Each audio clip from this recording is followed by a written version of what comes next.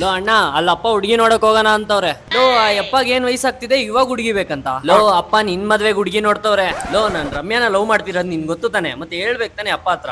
Low ನೀನ್ ರಮ್ಯಾನ love ಮಾಡೋದ್ ನನಗ್ ಗೊತ್ತು, ಅದ್ ಮೊದ್ಲು ರಮ್ಯಾ ಗೊತ್ತಾ?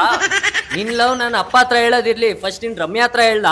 ಆಕಾಶ್ ನಾನು ಈ ವರ್ಷ ಪಕ್ಕ ಹೇಳ್ತೀನೋ ಹೇಳ್ತೀಯ. ನಾನು ಅರ್ಚನಾನ ಲವ್ ಮಾಡಿದಾಗ ನೀನ್ ರಮ್ಯಾನ ಲವ್ ಮಾಡ್ತಿದ್ದೆ. ಇವಾಗ ಈ ಆಕಾಶಿಗೆ ಅರ್ಚನಾ ಹೋಗಿ, ಭಾವನ ಹೋಗಿ, ಮೇಘನ ಹೋಗಿ, ಇವಾಗ ಸಹನಾನ ಲವ್ ಮಾಡ್ತಾ ಇದೀನಿ. ಆದ್ರೆ ನೀನು ಇನ್ನ 8 ವರ್ಷದಿಂದ ಅದೇ ರಮ್ಯಾನ ಲವ್ ಮಾಡ್ತಿದ್ಯಾ, ಅದು ಆ ರಮ್ಯಾ ಗೊತ್ತಿಲ್ಲದೆ.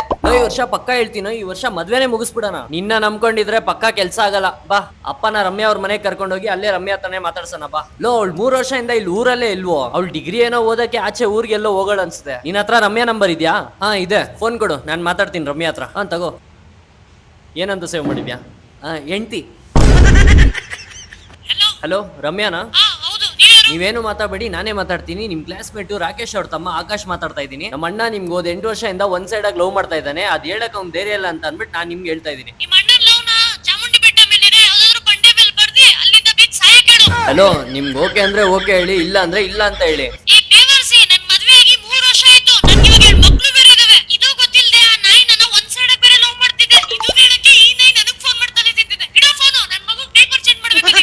ಓಕೆ ಅಂತ ಅವಳಿಗೆ ಅವಳು 3 ವರ್ಷ ಓದಕ್ಕೆ ಊರ್ಗ್ ಹೋಗೋಳೆ ಅಂತ ಅಂದಲ್ಲ. ಅವಳು ಡಿಗ್ರಿ ಓದಕ್ ಊರ್ಗ್ ಹೋಗಿಲ್ಲ, ಅವಳು ಮದ್ವೆ ಮಾಡ್ಕೊಂಡೆ ಊರ್ಗ್ ಹೋಗ್ಬಿಟ್ಟವಳೆ.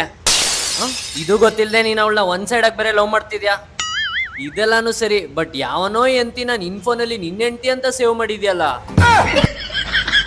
ಹೋಗು.